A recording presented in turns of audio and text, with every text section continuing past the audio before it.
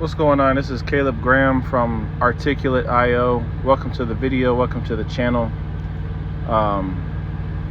As you can see, I've put a picture on this particular audio that says area of refuge.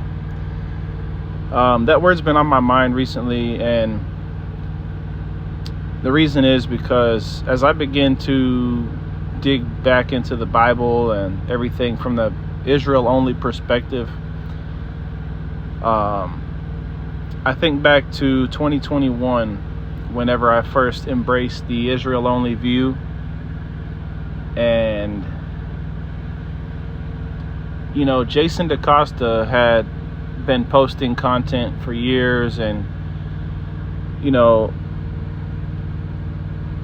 it wasn't what I wanted to hear at first, because I was a full preterist for about a year, but after engaging with Jason on his channel and listening to his content, because my thing was like, I felt like if I had the truth, I wanted to be confident enough to take it into the fire of scrutiny and challenges and not be afraid. Like, if you're a Christian, you're supposed to ultimately be aligned with the boldness and the fearlessness of Christ. Like, I'm not saying you have to be perfect or anything like that. I mean, I'm just saying, like, for me, at least my standard was like, at least in regards to like truth seeking and what I believe, I'm like, dude, if this is legit, I should be able to take this into any challenge, which IO was at the time, right?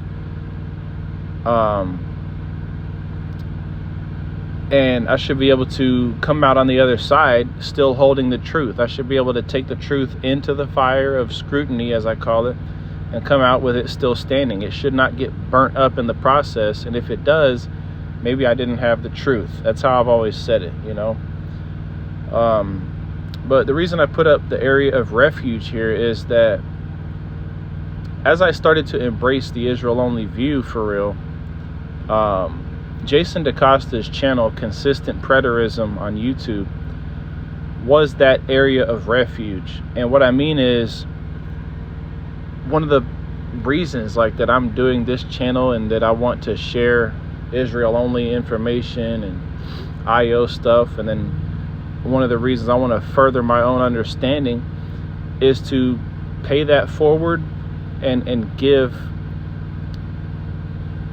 my contributions to the IO view, in the sense that this meant everything to me, man. Like, my life is completely different thanks to Jason DeCosta and Consistent Preterism and Israel only, man. So, like, at the risk of being called a fanboy and all this crap that these haters say on YouTube or Facebook or whatever, Jason changed my life for real, and that's just the truth. So say whatever you want, but I would like to just make this quick audio and just talk about what his channel meant for me. And what I mean by area of refuge is like, okay, when you're talking about the Bible, this is a book that literally 31% of human beings on this earth like believe that they're a part of, right? 31% of humans are Christians. We all have this societal pressure to believe this stuff from family members, friends, billboards, ads. Okay, this is something that is a big part of our life, whether you want it to be or not. Christianity and the Bible is a huge part of your life, period. And I dare you to argue me on that. Like, literally, like, that's just the truth of the matter. Like, you can't drive down the interstate without seeing a billboard about going to hell or truth about Jesus or whatever. Trust me, I'm a truck driver. I'm just kidding.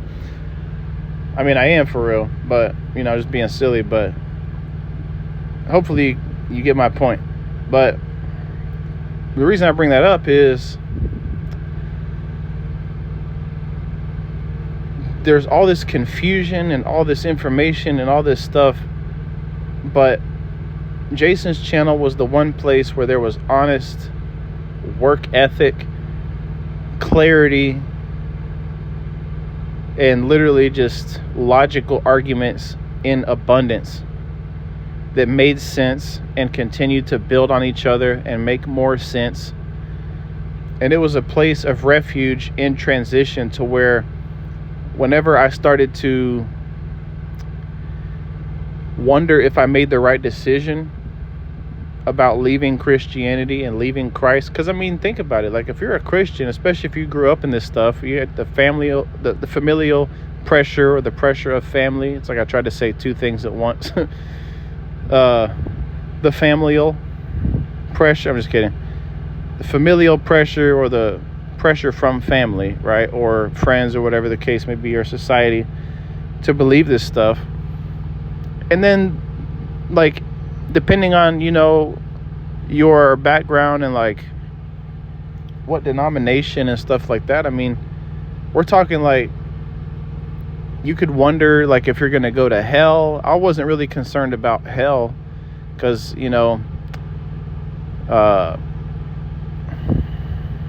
don't know, I grew up as a Baptist, or whatever, but I kind of checked out pretty early. And then the only reason I got back into Christianity was because of Miles Monroe, Dr. Miles Monroe, rest in peace.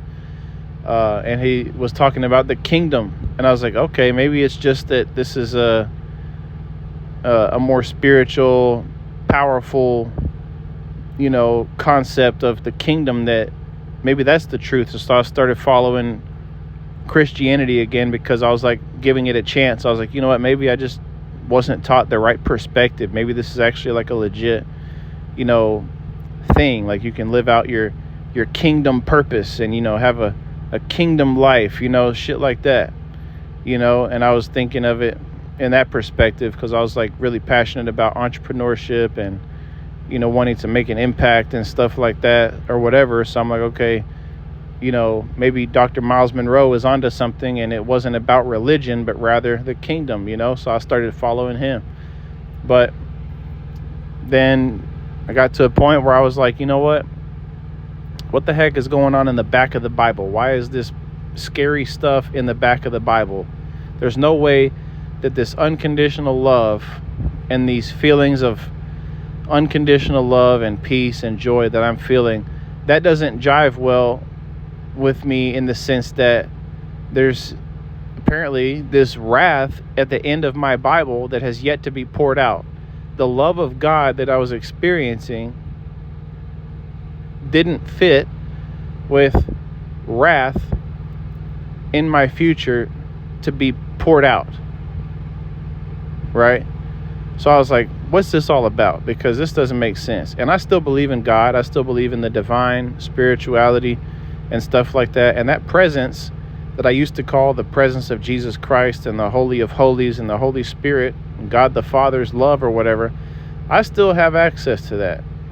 That is not Jesus Christ. That is not God the Father. That is not anything to do with the Bible, but that is something that I still connect to and seek to align with, my purpose and my, mission on earth, or just be aligned with, why I'm here, or whatever, and just trust my intuition and,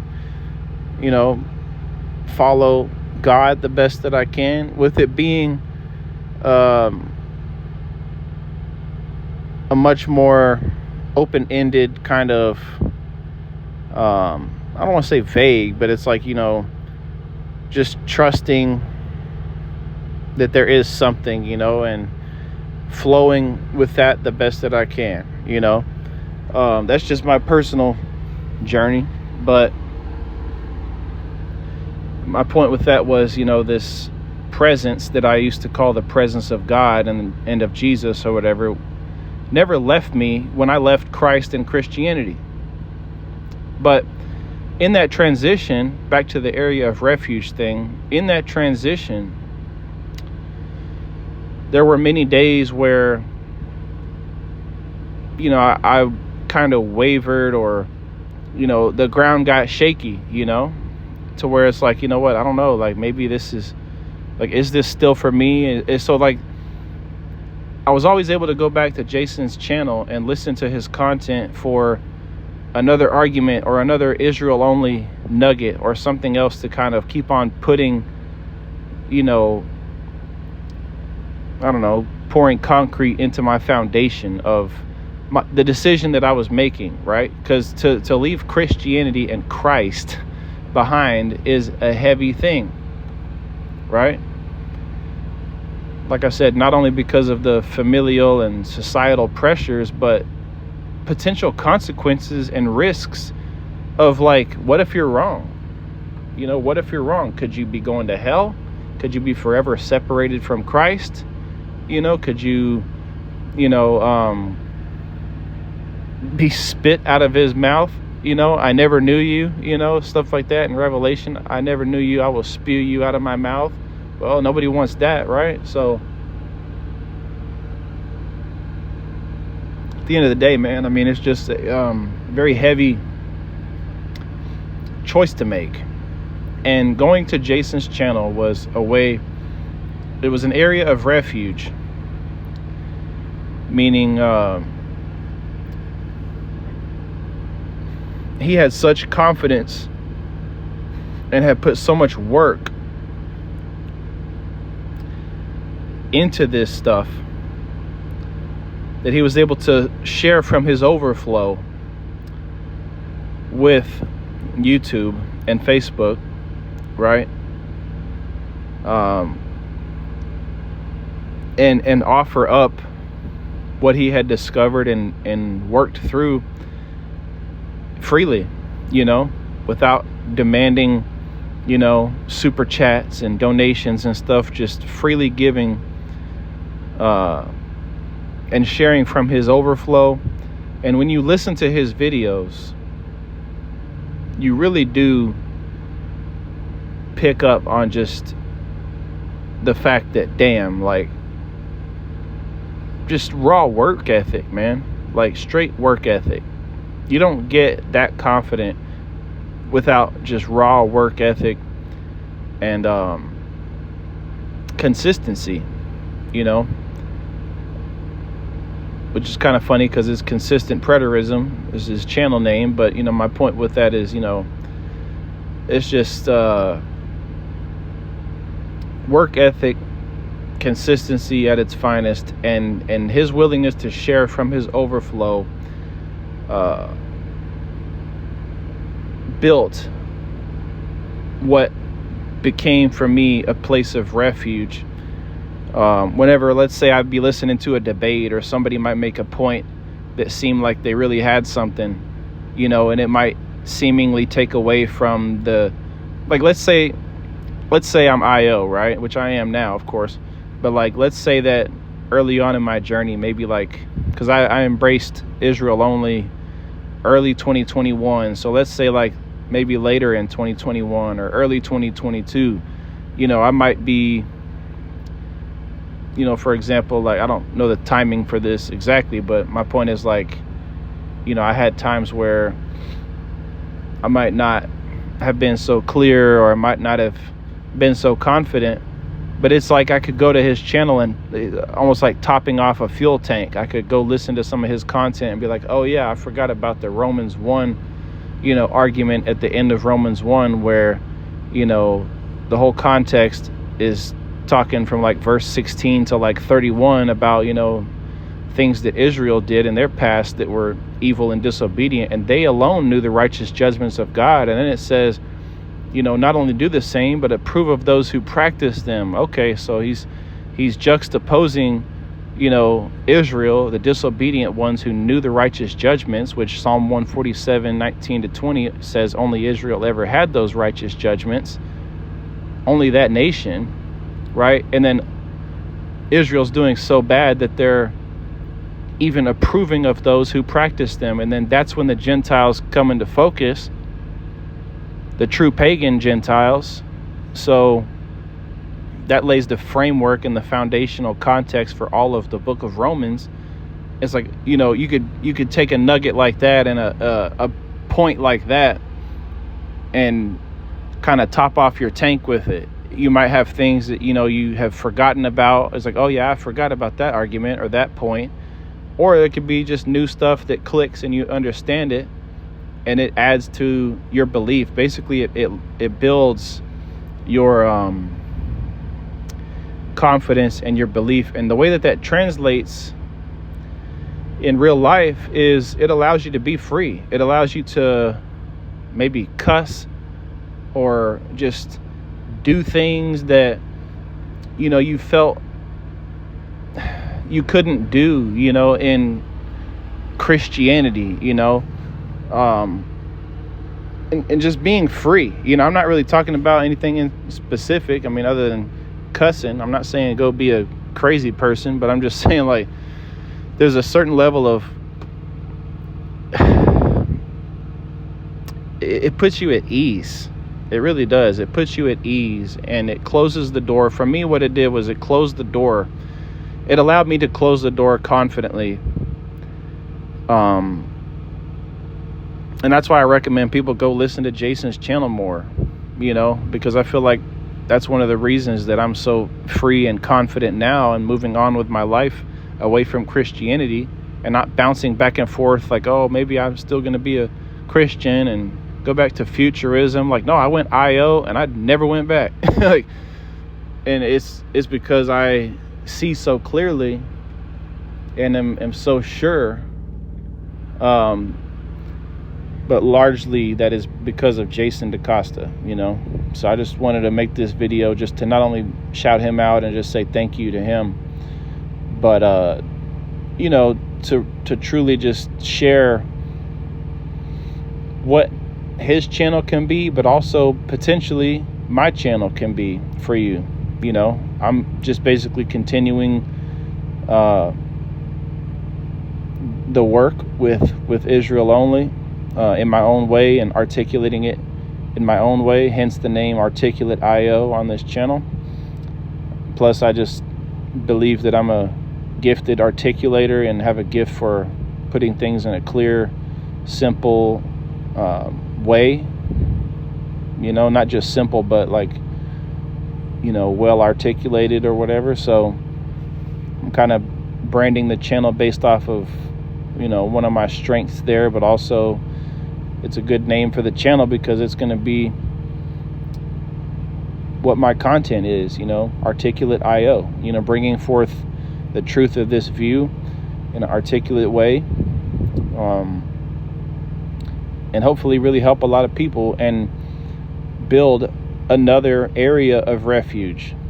Whenever you're having those moments where it's like, what, I don't know, maybe I should go back to Christianity, or, I don't know, I'm hearing something in a debate from somebody who knows the scriptures really, really well, but they're a futurist or a full preterist, and, it's making me feel like maybe they have something. Maybe I need to go back to Christianity. And you can go to my channel or something like that, or Jason's channel, and listen to some more stuff.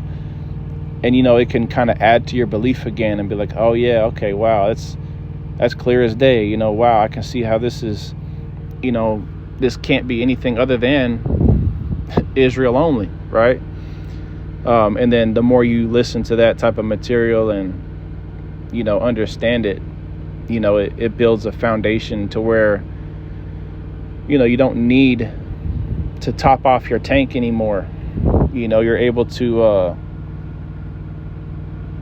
have permanently, that conviction. That's the word right there. It's a certain level of conviction that I have now, to where I've transitioned from needing to top off my tank and listen to more stuff and understand more stuff, to being able to truly close the door, close the chapter, move on from Christianity and the Bible in terms of me being a part of it, right? And then now I'm just doing it because it's a powerful mental challenge. I like to reach for my own personal potential in general in life. So this is one area in which I want to see how far I can take my understanding of IO.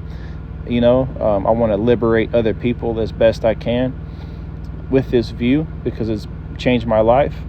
I want to pay it forward in terms of what it's meant to me and what Jason DeCosta's content and effort and sharing of his overflow has done for me,